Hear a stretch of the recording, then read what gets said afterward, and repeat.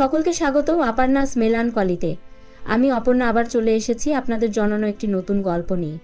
শেষ পর্যন্ত শোনার অনুরোধ রইল। গল্প ভালো লাগলে অবশ্যই একটি লাইক দেবেন। আর আপনি যদি আমার চ্যানেলে নতুন হয়ে থাকেন তাহলে সাবস্ক্রাইব করে পাশে থাকবেন। নতুন নতুন গল্প শুনতে চাইলে কমেন্ট করে জানাবেন। আমি চেষ্টা করব আপনার পছন্দের গল্প শোনাতে। চলুন শুরু করা যাক। আজকের গল্প শুনতে আপনার ছিলেন বৈকুণ্ঠের উইল, শরৎচন্দ্র চট্টোপাধ্যায়। সন্ধ্যা গড়িয়ে রাত্রি ঘনিয়ে এসেছে। বৈকুণ্ঠ বসে আছেন বারান্দায়। শরীরের দিকে তাকালে মনে হয় যেন এই পৃথিবীর সব ক্লান্তি এসে তার দেহে ভর করেছে। বয়স হয়েছে, শরীরও ভালো নেই, কিন্তু তার থেকেও বড় সমস্যা মনের গ্লানি। বৈকুণ্ঠ ধনী মানুষ, কিন্তু তিনি সহজ সরল। স্ত্রী নেই, সন্তান নেই। সারা জীবন যা আয় করেছেন তা শুধুই পরিবারের অনন্যদের জন্য রেখে দিয়েছেন। তার একমাত্র আপনজন বলতে ছোট ভাই নগেন্দ্র। নগেন্দ্রকেই তিনি নিজের সন্তানের মতো লালন পালন করেছেন, শিক্ষা দিয়েছেন। তার একমাত্র আপনজন বলতেছেন, শরীর দিয়েছেন। নগেন্দ্র তাকে প্রাণ দিয়ে ভালোবাসে, মাননও করে। কিন্তু সমাজে সম্পত্তির মালিক হলে যেমন হই, তেমনি বৈকুণ্ঠের চারপাশেও স্বার্থপর মানুষদের ভিড়। আত্মীয় স্বজন, পাড়া প্রতিবেশী সবাই তার টাকার দিকে লোলুপ দৃষ্টি রাখে। কেউ মুখে বললে না, কিন্তু মনে মনে সবাই চাই বৈকুণ্ঠ যেন তার সম্পত্তি তাদের নামে লিখে দেন। নগেন্দ্রের স্ত্রী অশান্তা এক বিচিত্র মহিলা। তিনি নগেন্দ্রকে ভালোবাসেন, কিন্তু বৈকুণ্ঠকে শশে করতে পারেন না। তার ধারণা, বৈকুণ্ঠ যদি নগেন্দ্রের ভবিষ্যৎ ঠিক করে দেন, নগেন্দ্রের স্ত্রী অশান্তা এক বিচিত্র মহিলা পাশে। তবে নগেন্দ্র কোনোদিনই সৈদিন হতে পারবে না। সৈমীর উপরে তার নিয়ন্ত্রণ কমে যাবে। তাই তিনি মনে মনে চান বৈকুণ্ঠ যেন শিগগিরই এই সংসার ছেড়ে চলে যান। এদিকে বৈকুণ্ঠ নিজেও টের পান যে তার দিন ফুরিয়ে আসছে। শরীর আগের মতো নেই। হঠাৎ হঠাৎ শ্বাসকষ্ট হয়, বুকে চিনচিনে ব্যথা অনুভব করেন। তিনি বুঝতে পারেন এখনই তার উচিত উইল তৈরি করা, তাহলে মৃত্যুর পর সম্পত্তি নিয়ে কেউ ঝগড়া করবে না। তাই একদিন তিনি নগেন্দ্রকে ডেকে বললেন, নগেন, আমি উইল তৈরি করতে চাই। নগেন্দ্র একটু বিস্মিত হয়ে বলল, আপনি এখনও সুস্থ আছেন দাদা? এত তাড়াহুড়োর কি আছে? বৈকুণ্ঠ একটু হাসলেন। তাড়াহুড়োর কিছু নেই, তবে আমি চাই আমার মৃত্যুর পর যেন কেউ ভুল বোঝাবুঝি না করে। আমি চাই যা কিছু আছে সব তোমার নামে লিখে দেব। নগেন্দ্র হতভম্ব হয়ে গেল। সে কখনোই ভাবেনি যে বৈকুণ্ঠ সম্পত্তি নিয়ে এতটা সিরিয়াস। কিন্তু সে জানতো দাদার ইচ্ছাই শেষ কথা। পরদিন সকালে উকিল এলেন। বৈকুণ্ঠ তার সম্পত্তির যাবতীয় কাগজপত্র নিয়ে বসলেন এবং উইল তৈরি করলেন।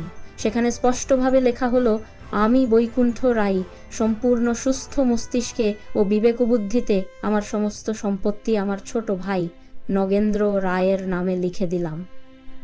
নগেন্দ্র এই ব্যাপারে কিছু বলেনি, কিন্তু অশান্তা জানার পর অত্যন্ত রাগ করল।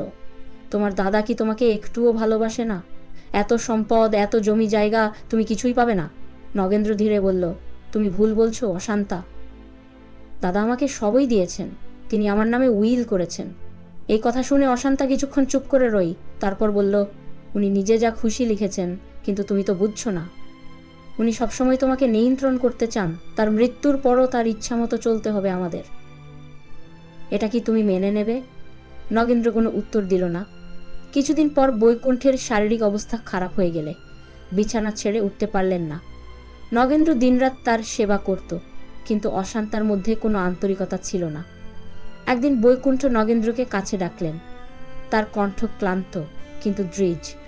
নগেন, আমি আর বেশি দিন বাঁচব না, কিন্তু তোমাকে একটা কথা বলে যেতে চাই। যদি আমি মারা যাই, তুমি কখনো কারোর সঙ্গে অন্যায় করো না। সত্যের পথে থেকো, নয় বিচার করো। সম্পত্তি পাওয়াটার পর যদি কখনো মনে হয় যে তুমি অন্যায় কিছু করছো, তাহলে আমার আত্মা কষ্ট পাবে। নগেন্দ্র তার হাত চেপে ধরল। আপনি কেন এমন কথা বলছেন দাদা? আমি কি কখনো অন্যায় করব? বৈকুণ্ঠ মৃদু হাসলেন। জানি তুমি কখনো ভুল করবে না, কিন্তু পৃথিবী তোমাকে বাধ্য করতে পারে। সেদিন রাতে বৈকুণ্ঠ মারা গেলেন। বৈকুণ্ঠের মৃত্যুর পরেই নাটক শুরু হলো। আত্মীয়স্বজনরা সব দলে দলে এসে উপস্থিত হলো। সবাই নগেন্দ্রর চারপাশে ভিড় করল। ভাই, তোমার তো অনেক টাকা হলো, আমাদের জন্য কিছু করো। এমনকি পাড়ার মোল্লারা এসে বললেন, নগেন্দ্রবাবু গ্রামে একটা ধর্মশালা বানিয়ে দেন। দাদাবাবু তো খুব দানশীল ছিলেন। নগেন্দ্র কারো কথা রাখল না, কারণ সে জানত সবাই কেবল স্বার্থের জন্য এসেছে। কিন্তু সবচেয়ে বড় ধাক্কাটা এলো তার নিজের ঘর থেকে।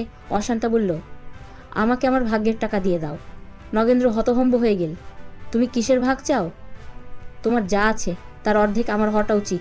নগেন্দ্র ধীরে বলল, আমি এসব বুঝি না। অশান্তা, তুমি কি চাও আমি দাদার দেওয়াটা উইল বদলে ফেলি?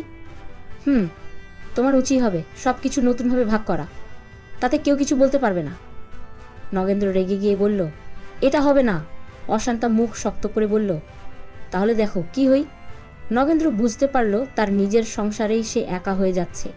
অশান্তা তার বিরুদ্ধে চক্রান্ত শুরু করলো। একে একে আত্মীয় স্বজনদের উস্কে দিল। সবাই মিলে নগেন্দ্র একে বসেছিল।